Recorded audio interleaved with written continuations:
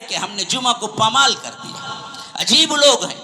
کتاب و سنت کا نعرہ تو ہے، اہل الحدیث کی بات تو ہے، لیکن احادیث پہ عمل نہیں ہے. ابھی مسجد بھرنے والی ہے شاید، لیکن اب جو لوگ بیٹھے ہوئے ہیں اللہ کی قسم ان میں بھی آدھے تھے جب میں ممبر پہ چڑھا، اور جب امام ممبر پہ چڑھ جائے پھر اس کے بعد کوئی آتا ہے تو اللہ کے رسول صلی اللہ علیہ وسلم کے فرمان کے مطابق فرشتے اس کا نام جمعہ اٹینڈ کرنے والوں میں نہیں لکھتے، بلکہ جمعہ سے پہلے وہ لوگ امام ممبر پر چڑھتے ہی جمعہ کا خطبہ سننے کے لیے وہ بھی بیٹھ جاتے ہیں. اللہ کی قسم کھا کے کہتا ہوں میرے بھائیوں، یہ درد دل ہے جو میں شیئر کر رہا ہوں، طنز نہیں ہے. اپنے اوپر طنز نہ لیں، اپنے اوپر یہ ایسی بات نہ سمجھے کہ میں نے کیا ہے آپ کو بس زبانی یا آ کر غلط لفظ کہا ہے. اللہ کی قسم وہ شخص بے وقوف ہے جو امام کے ممبر پر چڑھنے کے بعد آتا ہے. کیوں؟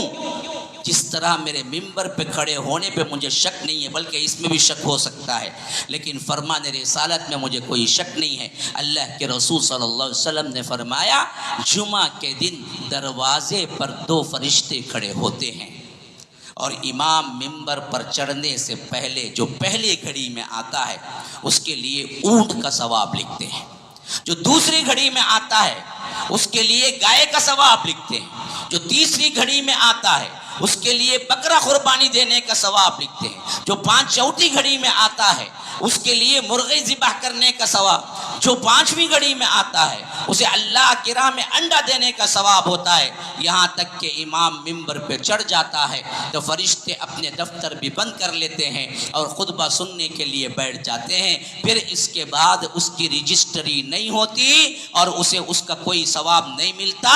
اور یاد رکھو وہ آیا تو ہے، فقہ کے اعتبار سے اس کی جمعہ تو ادا کی ہے، لیکن تکمیل جمعہ نہیں ہوئی، نام تو اس کی رجسٹری میں نہیں آیا. کیا چاہتا ہے 10 منٹ پہلے آ جاؤ؟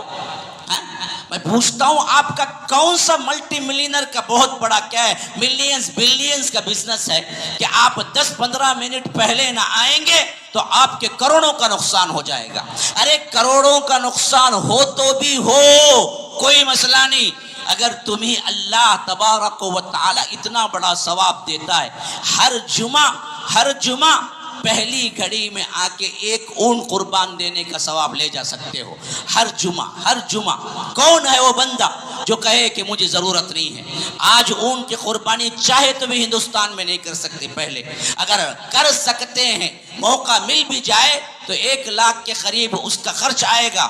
صرف تم 10 منٹ 15 منٹ آدھا گھنٹہ پہلے آ جاؤ.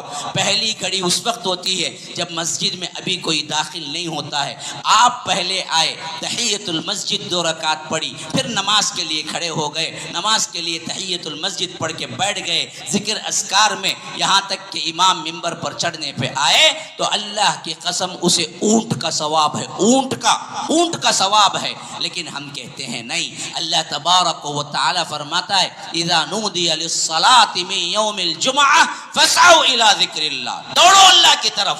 ہم کہتے ہیں کہ نہیں جی، ہم کو ابھی نہانے جانا ہے، ابھی ہمارے لیے بزنس ہے، ابھی تھوڑی دیر میں دکان بند کر دوں گا. یاد رکھو اللہ نے ہم پہ رحم کیا، 1 گھڑی حرام کیا بزنس کو. فرمایا کہ جیسے ہی اذان دے دی جائے فوری طور پر سب کچھ چھوڑو، وذروا البیع، تجارت کو چھوڑو، بھاگو.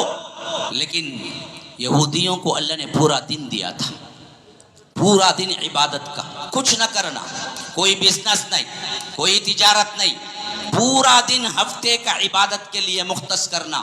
اور ان بدبختوں نے کیا کیا پتہ ہے؟ اس کو پامال کر دیا.